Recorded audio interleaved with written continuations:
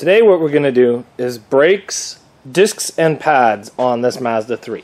Now a lot of you guys said when I did my Mazda 5 video, when I did the lower control arms, that the hoist is cheating. So I have a car on the hoist. Can't use the hoist today. We're going to be doing all the brakes to this car on the ground, just like most of you guys will be doing in your driveways. You don't need a lot of tools for these, realistically. I'm going to need a C-clamp to push the caliper back in. I'm going to need a couple impact sockets to take off the rims and then undo the calipers. And then hopefully that's all we need, and we'll be putting this back together with anti-seize. Now you could take your discs and take them and to get turned, but realistically, new discs for this car were only $75. I know that turning a disc is only like $15 or $20, but then I got to take them off, take them to the shop, get them done, bring them back, put them back on. This way here I have all the parts at once. I do the job once. I don't have to wait for a day to get all the parts back. So we just went to Napa and we just bought, where are they? All the brakes and discs right here. So we'll be putting these on. It's going to be super easy. Let's get this car jacked up safely, get a jack stand underneath it, and then we can start doing the brakes.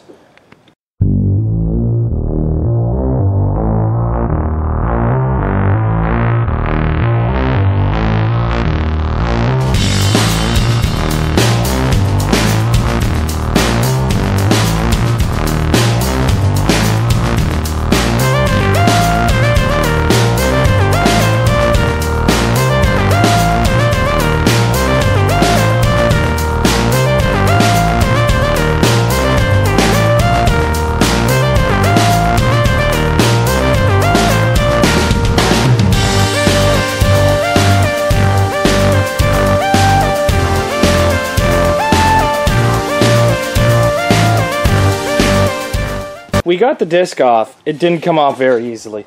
These are the original discs. That's a lot of rust that came off of those original discs. I did have to cheat a bit and use the torch to heat the center of the disc up while I pounded away. But those have been on there for 7 years. 7 years those have been on there. That's pretty good. The brake pads are pretty low, as you can tell.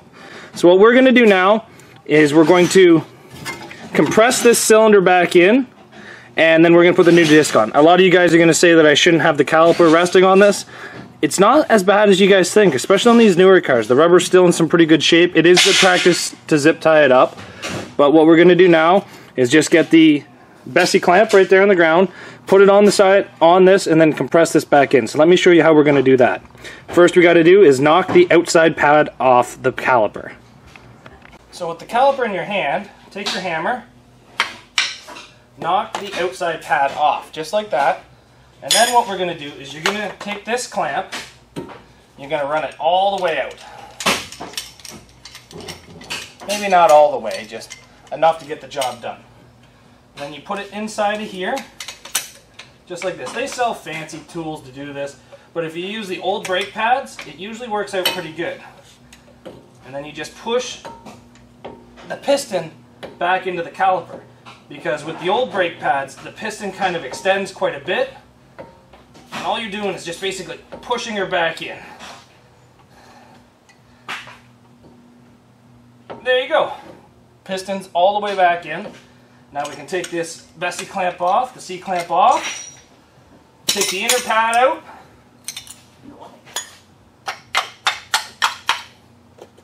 of course she doesn't want to come out.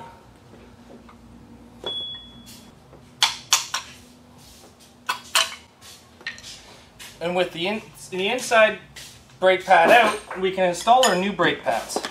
So you have to kind of remember where stuff comes out here now. The inside brake pad has the one that goes inside the piston, and the outside one does not. So just get yourself the new brake pads, open the box, install the new one, just like the old one came out. Like so. Just usually push it in with your hand, works good.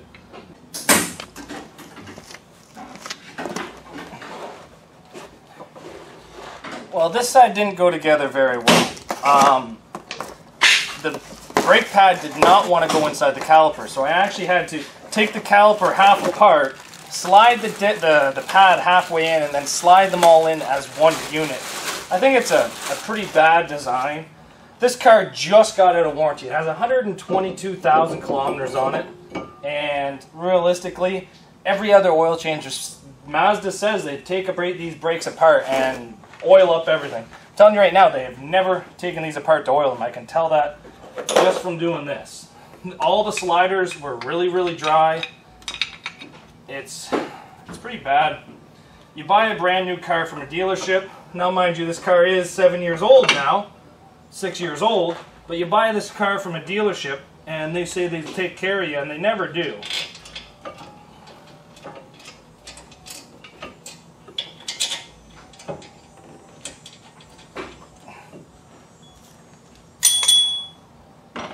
Just need the other bolt.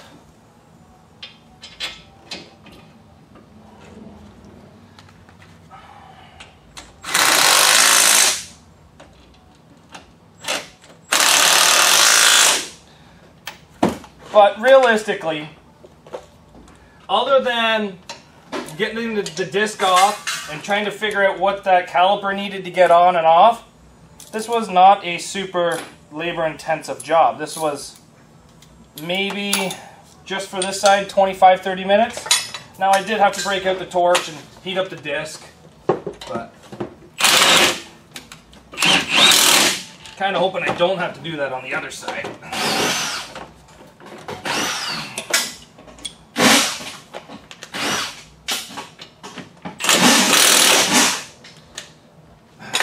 But as of right now, we're going to put this wheel back on. Tools that I used was a 17 mil to get the caliper off, and then this size right here is a 7 mil allen key to get the slider out of the actual caliper, and the rest was just star screwdrivers, clamps. The wife has the tuner nuts on this, so the tuner nuts to get those off, a hammer, the torches, but I don't think we need the torches for the other side. But let's get this tire back on and move everything over to the actual other side, and we will try it again at the other side, see if it goes a little bit smoothly.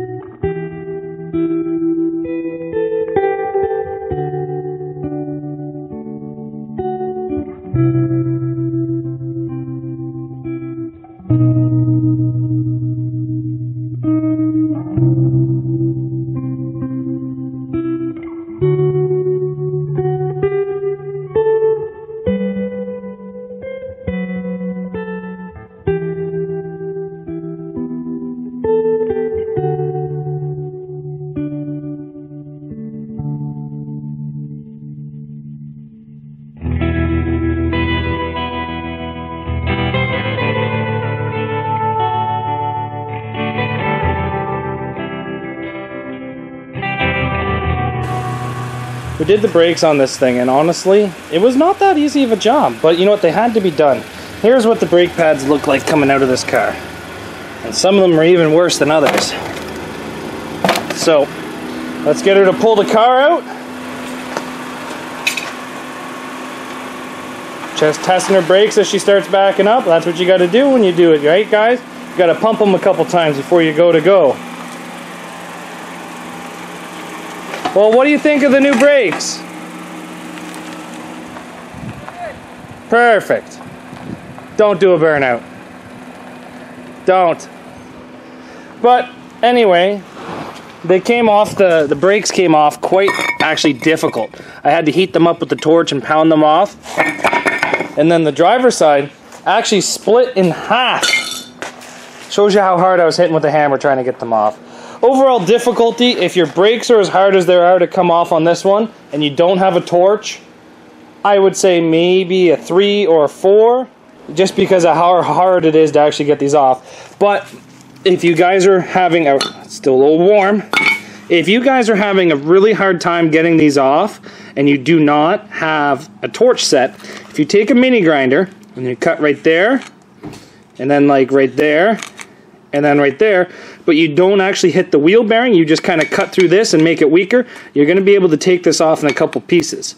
So it's mostly on there because of all the rust, and if you can break it apart where it loses its grip on the center wheel bearing, it'll be much easier to get out for you. See, that's what I was doing here.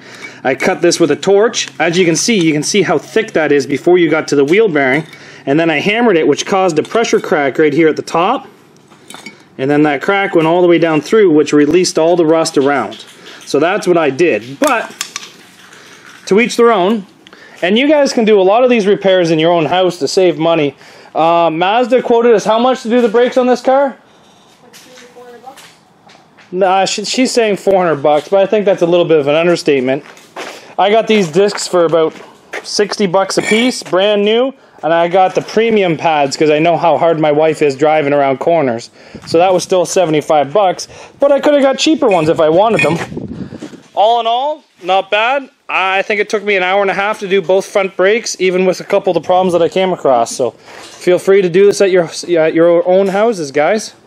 Take care.